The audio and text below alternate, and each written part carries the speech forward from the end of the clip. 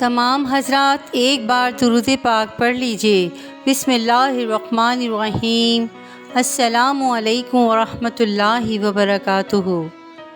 حضرت ابراہیم بن ادھم رحمۃ اللہ علیہ بلخ کے بادشاہ تھے اور وسیع سلطنت کے مالک تھے۔ آپ کی بڑی ہی ٹھاٹھ کی زندگی تھی۔ جب آپ رحمۃ اللہ علیہ سوار ہوتے تھے تو آپ کے خدام 40 ڈھالیں سونے کی اور 40 گرز ہتھوڑے سونے کے آپ کے آگے اور پیچھے لے کر چلتے تھے۔ ایک رات آپ رحمۃ اللہ علیہ اپنے شاہی بستر پر سو رہے تھے تو آدھی رات کے وقت آپ رحمۃ اللہ علیہ کو چھت پر آہٹ معلوم ہوئی۔ آپ رحمۃ اللہ علیہ نے آواز دے کر پوچھا کہ چھت پر کون ہے؟ کسی نے جواب دیا کہ میرا اونٹ کھو گیا ہے، میں اپنا اونٹ تلاش کر رہا ہوں۔ آپ رحمۃ اللہ علیہ نے فرمایا کہ اونٹ کا چھت پر کیا کام؟ کیا کبھی اونٹ چھت پر بھی ملا ہے؟ کسی نے جواب دیا، اے غافل، تو اللہ عز و جل کو اطلسی لباس، نرم نرم بستر اور شاہی تخت پر ڈھونڈتا ہے۔ اگر چھت پر اونٹ تلاش کرنا نادانی ہے تو اطلسی لباس، نرم نرم بستر اور شاہی تخت پر خدا کو تلاش کرنا کون سی دانائی ہے؟ حضرت ابراہیم رحمۃ اللہ علیہ پر اس غیبی آواز کا بہت اثر ہوا، دل چوٹ کھا کر رہ گیا۔ صبح جب آپ رحمۃ اللہ علیہ اپنے تخت شاہی پر بیٹھے اور دربار عام ہو رہا تھا تو ایک اجنبی دربار میں داخل ہوا۔ اس نووارد کا کچھ ایسا رعب و دبدبہ تھا کہ اسے اندر داخل ہوتے ہوئے کوئی بھی نہ روک سکا۔ یہ اجنبی جب دربار میں داخل ہوا تو کہنے لگا کہ مسافر خانہ مجھے پسند نہیں۔ بادشاہ بولا کہ یہ مسافر خانہ کب ہے؟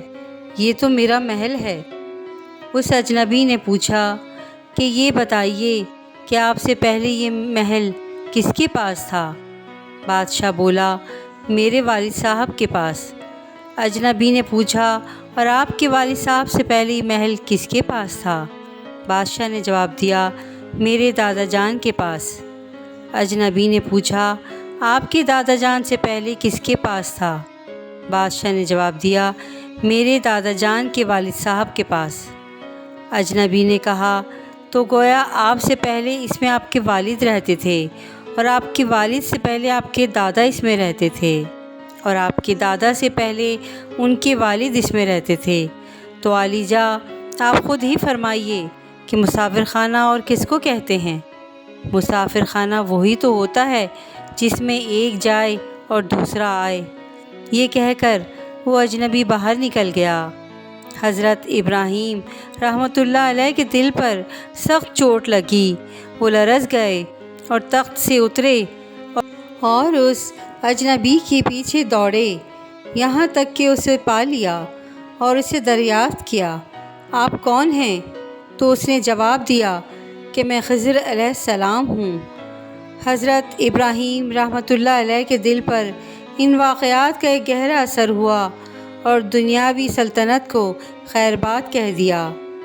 آپ رحمۃ اللہ علیہ 9 سال تک ایک غار میں مجاہدے اور ریاضتیں کرتے رہے، حتیٰ کہ آسمان ولایت ایک درخشندہ ستارے بن کر چمکے۔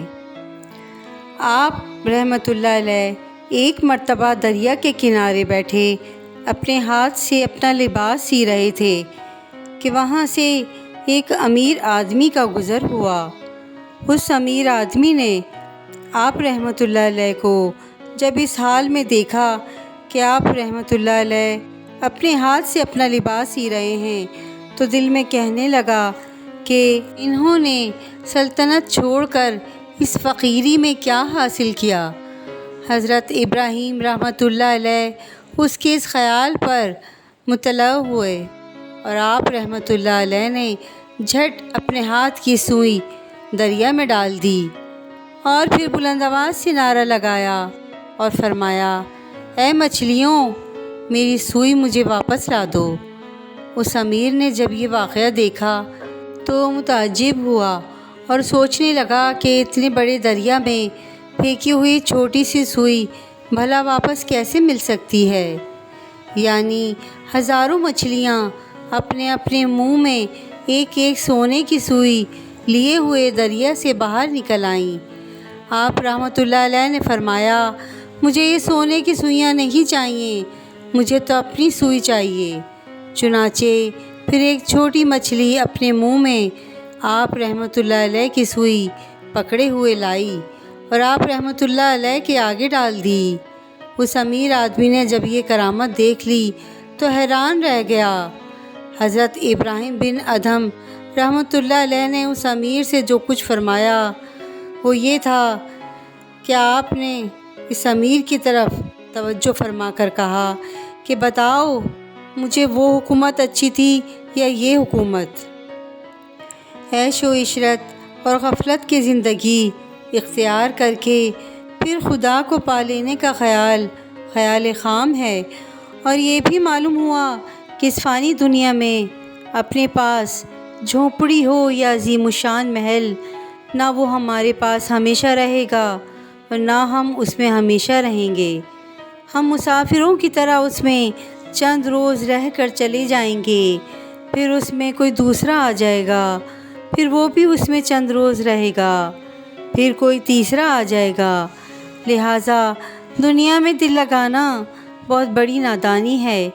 اور یہ بھی معلوم ہوا کہ اللہ عز و جل کے ولی اللہ کی عطا سے دل کے خیالات پر بھی مطلع ہو جاتے ہیں، پھر ان کا حکم و تصرف دریاؤں اور دریائے مخلوق پر بھی جاری رہتا ہے۔ سبحان اللہ، سبحان اللہ، سبحان اللہ! کیا خوبصورت اور حسین واقعہ ہے۔ واقعہ پسند آئے تو پلیز میرے چینل کو لائک اینڈ سبسکرائب ضرور کیجیے گا۔ جزاک اللہ خیرا کثیرا۔